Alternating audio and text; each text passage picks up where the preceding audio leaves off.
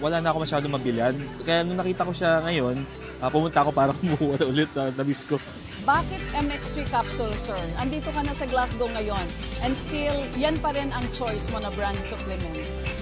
Naramdaman ko na parang kiniklex yung yung body ko. Sabi ko, I'm not that old but I'm aging as well. So, yeah. So para sa akin siguro, mas mainam yung tulungan ko yung health ko para mas maging healthy pa ako. MX3, dito ako believe.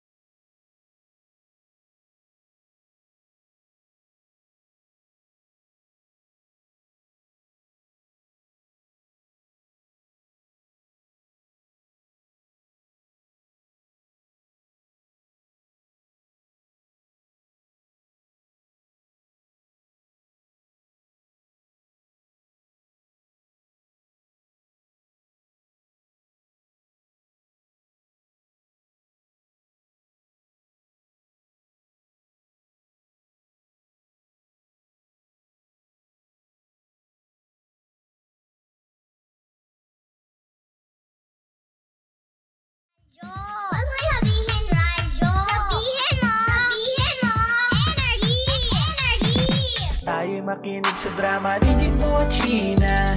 Pag-usapan ang problema ng pamilya. Pwedeng magjowa, pwedeng mag-asawa. Malungkot, masaya, halika dito ka. Tatamayan ka namin, sabihin mo sa'min. Kami na ang bahala, pag-usapan yan natin. Masusolusyonan natin problema mo. Kaya sabihin mo sa amin ang lahat, ano ang drama mo. Same pero iba! We are number 106.7 Energy FM. Pangga, wag mo sabihin radyo, sabihin mo! Hello! Hello, Philippines! Say mama! Kapay! Hello sa inyo. Ay, 5:31 na mga pangga. At ito na naman tayo. Mga pauwi na naman ang mga pangga natin. Yes, hello po sa mga pauwi pa lang at sa mga nasa opisina pa. Ano pa hinihintay mo? Nag-aircon ka lang dyan. Uwi ka na. Tama na yan. Huwag mo na i-upload sa bahay ninyo. May internet naman kayo. Wala na raw net eh. Naka-data lang. Ubus na. Ayun ako. At syempre, sa mga pangga rin natin na hanggang ngayon ay kumakait pa rin sa trabaho. Syempre, ang ating mga papadrivers natin. Yay! Nakapag-boundary na ba tayo dyan? Ay, sana all. Meron pa bang kuliglig ngayon, partner? Kuliglig parang Ano sa na yun, Manila yung banda eh. E-bike na lang din Oo, yun na. E-bike. Sa amin, sa may Rizal, di ba? Mga e-bike talaga. At ito yung kadalasan na natin sa gilid. Kasi nga, di ba, minsan yung daanan ng mga nagbumotor, yung mga riders natin, nasa right side yun, yung mga skinita.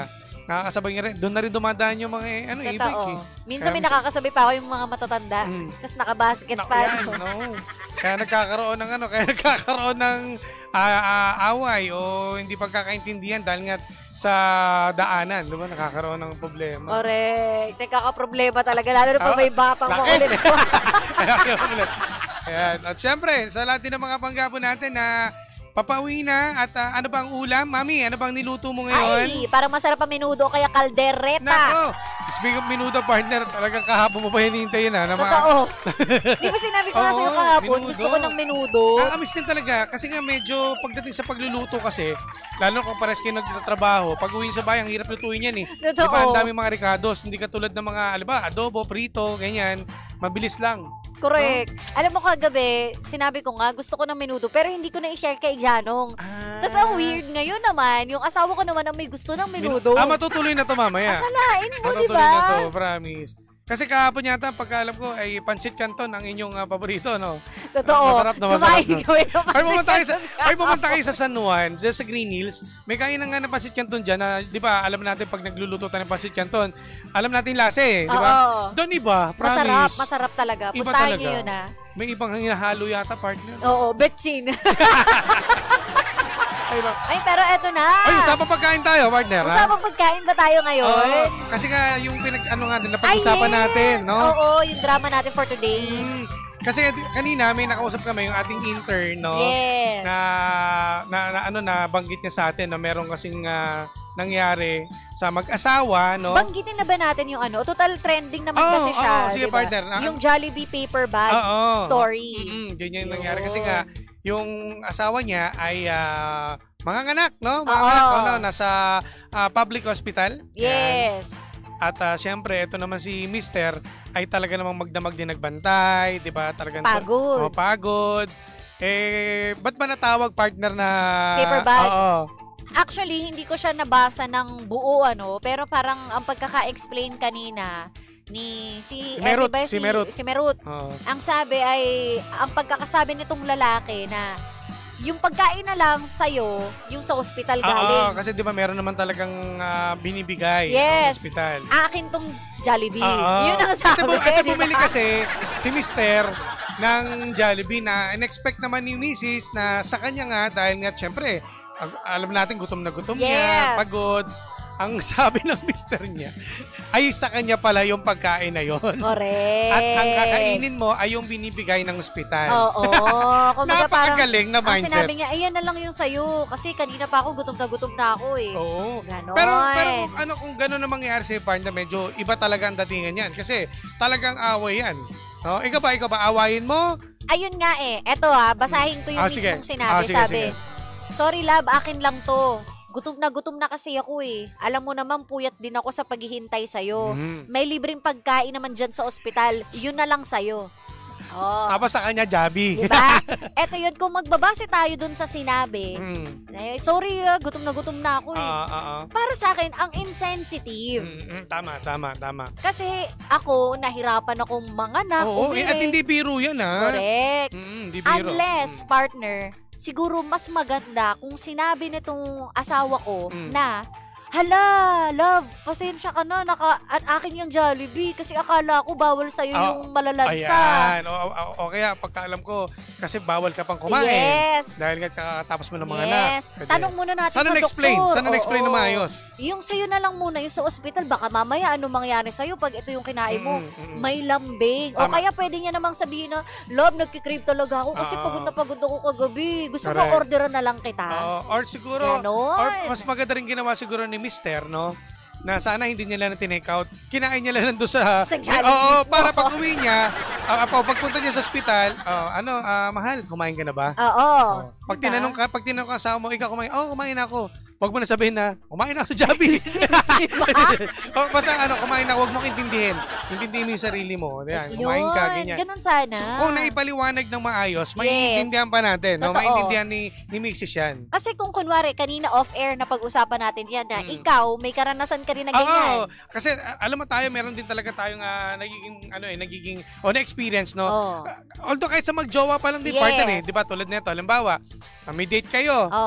Tapos order kayo ng fried chicken. Ayan. Siyempre, minsan, magbabayad yan yung lalaki, yung boyfriend. So, kukuha siya ng order, hahanapin niya yung pinakamalaking chicken at yung ibibigay sa yung pinakamaliit. Di ba? Ganun nangyayari. Kung minsan pa nga, kukunin mo pa yung balat ayaw mo ng balat? Mga kolesterol yan, akin na lang. Ganun. O kaya, siya may extra rice, ikaw wala kang extra rice, pero gusto mo pa ng extra rice. Isang ganon. So, nagiging, parang dating kasi partner selfish Oo. Parang, ano ba yun? Dapat kung ano yung in-order mo, same tayo, pares tayo, at wala nang pili-pili. Pero wala, guilty rin tayo dyan partner kasi ang sarap lalo pag paborito natin. Hanap pa ng malaking manok. Ay, kasi yun yung mahirap, hindi natin maikakaila na meron talagang gender bias din. Oo, meron. Kunwari, kung babae gumawa nun, oy, aking malaking chicken, ang cute, diba? Pero kung tutusin, sorry babae, kayo mga babae talaga kadalasan ng ganyan. Di ba? Tutusin na. Kayo yung akin na itong malaki. Oo, ako pa nga yung may extra rice Love, akin na lang ito. Ayan. Minsan nga mas pahamak pa yung babae. Alam mo bakit? Sa mag-asawa, halimbawa, di ba, eto na sa'yo na yung taba, akin na yung laman. So, gusto mo ma-high blood talaga. Di ba, minsan yung mga misis natin, ganun nagagawa eto na sa'yo yung taba, akin na yung laman. Lalo na pag hindi masarap order namin. Ayan, isa pa. Kukunin namin yun sa inyo. Oo. Yeah, ganun na nangyari. Pero part ano kaya magandang, siguro nakikita nating problema dito or tampuhan, dapat sinabi kasi ni Kuya na Na maayos. Oo, na maayos. Na-explain niya, no? Oo. Well, pagod ka, naintindihan naman ni Mrs. yun. Pero yung pagkain na tinake out mo pa at sinabi mo pa sa kanya, diba? May pagkain naman kayo dyan, dapat yun yung kinain mo. Yun na lang sa'yo. Yun kasi yung mga, alam mo yun, yung mga simpleng words na ginagamit natin. Minsan yun talaga yung medyo pumapalya tayo. At minsan may mga sensitive naman din talaga ng mga Macy's. Yes. Lalo na, hindi biro yung pinagdadaanan niya. Ikaw ba naman eh. Kapapanganak mo, diba? Takam na takam ka sa normal na pagkain. Or hindi rin natin siya buong kilala. Baka naman, nung hindi pa siya nanganganak o magjowa pa lang sila, ganun na ugali ni boy, ni lalaki. Isa rin yan. Ko. Maganda rin yung punto de vistang yan. Yun din kasi iniisip ko. Amit yun din ang sinabi si Bush. Baka sanay na sila sa ganun. Yes, di ba? Hindi natin mabiblame yung lalaki. Di ba? Kasi kung kunwari, ikaw, yung asawa mo, si Milky, ganyan ka talaga. So wala lang sa kanya. Yung sasabihin mo na, sa'yo na lang yan, yung sa ospital. Wala lang, kasi nga, kilala nyo ang isa't isa. Siguro yung time na yun, mayroon ibang tao doon na nakakita. Oo. Kaya nagkaroon ng issue about doon. At saka ang kaso, kung yung babae ang nag-post, bakit mo... Oo nga, no? Hindi ko alam, no? Bakit pinost ba niya, no? Ng misis niya? Yan nga yung hindi ko sure. So, di ba? Hindi pala, sorry, partner, kasi nakita ko doon. Pinost ba ng babae? Nakita niya lang. Parang gano'n saan eh. Teka, i-double check ko ha. Kasi binigay ito ni Merot eh. Yan ang wag na wag po natin gagawin. Yung ipopost natin ang ating ang kasiraan ng asawa natin. Oo, kasi syempre, pamilya kayo eh. Ito yung sabi. Ayun, naiyak. Hindi, parang may nag-post lang, partner. Parang ang sabi niya, naiyak ako after ko mabasa yung sa Jollibee story. Grabe, sobra. Wala sinabi. So, hindi natin sure, Hindi natin sure talaga. At siya naman, nabasa niya lang din. Oo. Pero yun nga, ano lang namin ni Jimbo, wag na wag kayong magpo-post sa Facebook kung ayaw nyo ng merong mangingialam. At lalo na kung halimbawa, kayo, alam nyo sa sarili nyo na gano'n ginagawa nyo. Yes. Pag ibang tao nakakita yan, ang pangit. Oo, hindi nyo na mababawi yun. Hindi nila naintindihan yun. Totoo. Siyempre, babae ka eh. Mas kakampiyan. Ba't yun si Mr.? Yes. Jollibee si Mr. Tapos si Oo, di ba? Maraming mga opinyon. Hati po yan. At saka hindi nyo rin maipaglalaban na, ay hindi. Ito naman, pinost lang namin yun. Wala lang sa amin mag-asawa yun. Hindi nyo na masasabi yun. Once na mailabas nyo yan sa public space, wala na tayo magagawa. Ang daming matatalinong Pinoy. Maraming sausawero at sausawera. Totoo yan. Kaya ingat lang tayo. Lalo na pag-post natin sa social media naman talaga. Hindi talaga maraming mga opinion yan. Totoo. Pero yun nga, next time din, careful tayo sa mararamdaman ng mga partner natin. At lalo na sa mga bago pa lang, sa mga magjojowa pa lang, na ilang taon na silang magkarelasyon, dapat mas priority rin natin ng mga kababaihan. Lalo na pagdating sa pagkain. Kasi minsan talaga kapag masarap kasi. Oo naman. Tsaka kapapanganak naman ng mga misis nyo, lambingin nyo naman ng Pag kayo nandun sa bahay lang ninyo, may luto-lutong ganyan, tapos may malaki, yun ang kunin mo, tapos ganyan, okay lang yun eh. Pero pag gantong may pinagdadaanan si misis, at hindi biro, bigay mo na rin. Sana yung order mo lang din siya. Ayun yung point ko eh. Bare minimum na yun eh. Diba? Magkano lang din naman yun. Ikaw ba? Ako kasi never kong naranasan na kumain yung asawa ko nang siya lang mag-isa. Totoo yan. Sabay kayo dapat. Laging meron siyang pagkain na ibibigay sa akin kahit gaano pakaliit yan. Sabi mong hopya or tira niya. May pasobra, ganyan. Pero yung never na makikita mo siyang kumain mag-isa. Dapat hindi ganun. Tsaka ikaw ba naman nagbantay ka ng, di ba sabi niya nagbantay daw siya ng almost 24 hours, so matagal siya nagbantay doon. So alam niya yung hirap na pinagdaanan ng kanyang asawa. Totoo. Tsaka yung iwasan natin yung mga sumbat-sumbat din. Ako nga, Ako naghintay ako dito, tapos, oy, diba? Yung misis mo nag-labor yan, mas masakit yun. Mas mahirap yung nag-labor. Diba? Paano kung sabihin ng misis, ako nga, nakuha ko yung ko eh. Kayo, tinuli lang kayo. Tinuli. Yan. Diyan nagsisimula yung problema eh. Lalaki. Diba? So magmahala na lang tayo and kabisaduhin nyo ang love language ng inyong asawa. Tama. At ang bottom line nito, huwag tayong maging sakim. Oo. Ikaw sagana ka sa chicken eh. Basta tayo. Pare-parehas, pantay-pantay, malit man o malaki. Sama-sama natin kakainin. Sabay natin kakainin. At sana po sa Jollibee, lakihan nyo po lagi yung chicken para wala pong nag-aaway. Oo, totoo. Tsaka yung balat. No? Lutungan ninyo lagi para masarap. Tsaka, kaso mahirap din kasi partner na matimbang, no? kung ano yung size, dapat save kayo. Isa talaga, may malaki talaga eh. Ako kailangan talaga sa akin Thai part lagi. Ayan, oo. Yan pang mahirap. Ayan ang nakakatawa sa amin. Kunwari gusto ko Thai part, di ba? Tapos leg part bibigay sa'yo. Tapos leg part. Sabihin ko, ano to, sisiw? Ayan, hindi totoo. Kaya mas maganda pag-order din na rin kayo. Sabihin nyo po, Thai part po o breast part, okay na po. Ganun. Kung talagang gusto nyo malalaking part, ayan. Totoo. Ay, nako. Nako, style nung asawa ko, kapag makaganyan, ano kasi tumalambing to sa pagkain. Sasabihin niya, hindi, ayoko nitong Thai part. Para kunwari, ayaw niya. Pero deep inside, gusto niya yung Thai part. Pero para lang makuha ko, sige, ayoko yung Thai part. Gaganon yan. Pakalan din ito, kikis ko tumama yan. So, alam na natin. Ganun pala. Mas ang cute nung ganun. Kunwari, ayaw niya. Mas cute yung mas cute yun. Ganun siya. Mas cute yung ganung lambingan na, halimbawa, alam mong gustong-gusto mo, hindi, okay, sa'yo lang yan. Pero sa'yo pala. Ito nga, partner eh. Yung gravy. Sa tagal namin magkarelasyon, na 8 years kami magkarelasyon, buong 8 taon, ang akala ko, hindi siya kumakain ng gravy. Bakit? Kasi lagi niyang binibigay. Sabi, ayoko niyan. Nung makita-kita ko siya, kumakain, binuhos yung gravy. Yung pala gusto niya ng gravy. At least, di ba, ano pa rin? Binibigay niya lang kasi talaga sa akin. Sure, di ba? Yan ang pagpapakita dapat sa lalaki kanina. Dapat ganyan. Ibigay mo na lang sa kanya, dumiskarte ka na lang sa'yo. Pero kung meron namang extra gravy, magsabi kayo. Hindi kasi, depende kasi kay Mrs. eh. Baka may katulad mo, ratratin mo yun eh. Ba't di ba binibigay siyang ganyan? Ganun. Ay, nako. Malanjay. Eto sabi dito, partner. Alam na this, Boss Janong. Dapat may pag-buffet na po si Sheena. Naka-ready na. Naka-ready na. Dapat eat all you can kagad paglabas ng ospital. Ay, pabati daw, partner, si Alnia at si Teltel. Ay, Teltel. Hi, Teltel. Ganda, kasalukuyan na guhugas ng pinggan, sabi ni Carl. Hello Badinas. po. Ayan, spread the love. Pamahal nga, Sheena. J. Alvin. Kung ako si Mister, mag-share na lang kami sa Jabi para lahat nakakain. Diba, partner? Tama naman. Dapat ganun. O kaya, ito balat sa'yo. Ganun. Subuan kahit isang mo. order lang yung nakuha niya, hatiin mo na lang. At least para maramdaman ng misis na, wow, paano, inalok niya ako. Correct. Tsaka pag gumising yan, syempre, diba, aalukin mo, kain ka na. Gusto mo may binili akong Jollibee. Ganun.